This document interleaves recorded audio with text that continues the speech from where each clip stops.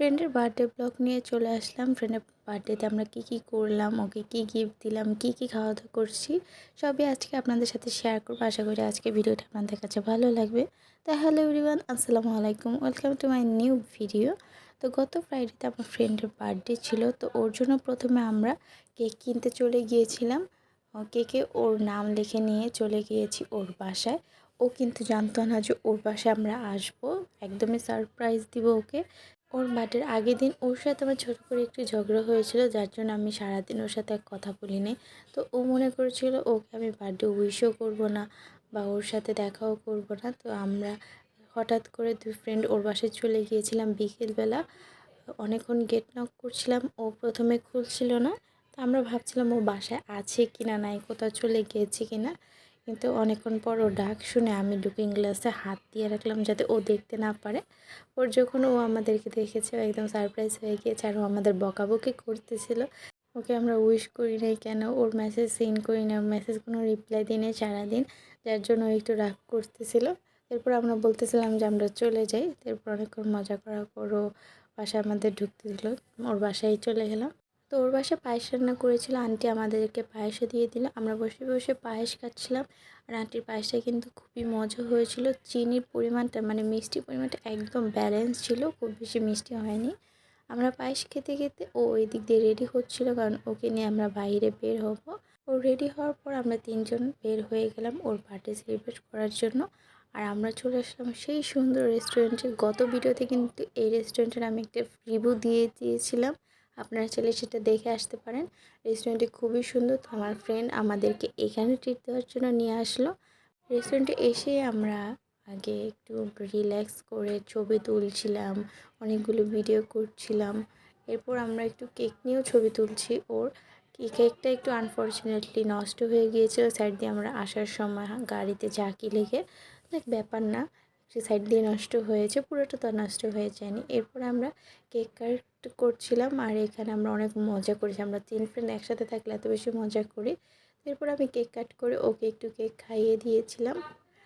এরপর ও আমাকে কেক খাইয়ে দিয়েছে। আমাদের দুজনেরই কিন্তু কেক খুবই ফেভারিট। আমার ওই ফ্রেন্ডের কেক তো খুবই পছন্দ করে, সব সময় ও একটু কেক ভাগে বেশি খায়। এরপর আমাদের খাবার দাবার চলে আসছে। প্রথমে চলে এসেছিলো আমাদের স্যুপ, আমরা থাই স্যুপ অর্ডার করেছিলাম। আর আমার ফ্রেন্ড এখানে আমাদেরকে সার্ভ করে দিচ্ছিল, তো এই যে তিনজনের জন্য সার্ভ করে দিয়েছে সুন্দর করে। স্যুপটা আপনাদেরকে দেখিয়ে দিচ্ছি যাতে আপনারা আসলেও খেতে পারেন। স্যুপের ঘনত্বটা ভালো ছিল, আর চিকেনের পরিমাণটা ছিল মোটামুটি। তা আমার কাছে স্যুপটা ভালো লেগেছিলো। আমরা সবাই এনজয় করছিলাম স্যুপটা। এর মধ্যে আমাদের চলে এসেছিলো প্যান পাস্তা, যেটা আমি গত ভিডিওতে দেখিয়েছি। এই প্যান পাস্তাটা আমার এত মজা লেগেছে, আমি বলেছিলাম এই প্যান পাস্তাটা খেতে হলেও আমি এই রেস্টুরেন্টে আবার আসব। তো ওই দিন আবারও সেই প্যান পাস্তাটা অর্ডার করেছিলাম, আর আমরা সবাই প্যান পাস্তাটা এনজয় করছিলাম। শুধু আমার ফ্রেন্ডের কাছে নাকি ভালো লাগে না, আমাদের দুজনের কাছে ভালো লেগেছে, কিন্তু বার্থডে গার্লের কাছে নাকি প্যান পাস্তাটা ভালো লাগে না। আমি তো এই প্যান পাস্তাটা একদম ফ্যান হয়ে গিয়েছি। এরপর আমাদের একটি প্ল্যাটারও চলে আসলো, আর এই প্ল্যাটারটাতে অনেক কিছু ছিল।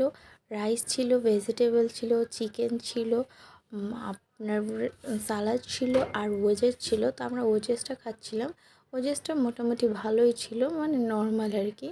আর আমার ফ্রেন্ড বলল যে আপনার ভেজিটেবলটা খুবই ভালো হয়েছে, আর ফ্রাইড রাইসটাও ভালো হয়েছে। আমার পেটে একদমই আর জায়গা ছিল না, তো আমি আর খেতে পারিনি। পরে প্লেটারটাকে আমরা পার্সেল করে নিয়েছিলাম। আর এই টিস্যু দেখেন, এক ট্রে টিস্যু আমরা ইউজ করেছি। ওয়েটাররাও দেখে একদম হাসতেছিল আমাদের কাহিনী দেখে, এতগুলো টিস্যু আমরা সবাই মিলে ওই দিন ইউজ করছি। তো এরপর গিফট খোলার পালা ছিল। তো আমার ওই ফ্রেন্ড ওকে দিয়েছিল অনেকগুলা চুড়ি। তো ও তো চুড়ি দেখে খুবই খুশি হয়ে গিয়েছিল, আর এখন গিফট হলো আমারটা ওপেন করছিল।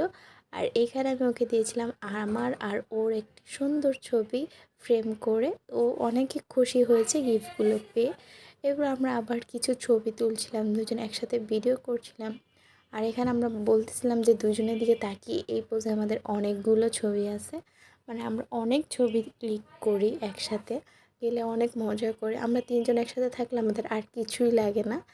আর ওদিন ফ্রাইডে ছিল বলে রেস্টুরেন্টটাতে কিন্তু অনেক বেশি ক্রাউড ছিল, আর ওনার তো ছবি তোলা শেষই হচ্ছে না। তো এরপর আমরা ছবি তুলে শেষ করে চলে আসলাম বাসার দিকে। আর আজকে ব্লগটি এই পর্যন্ত, দেখাবো নতুন ব্লগে। আল্লাহ হাফেজ।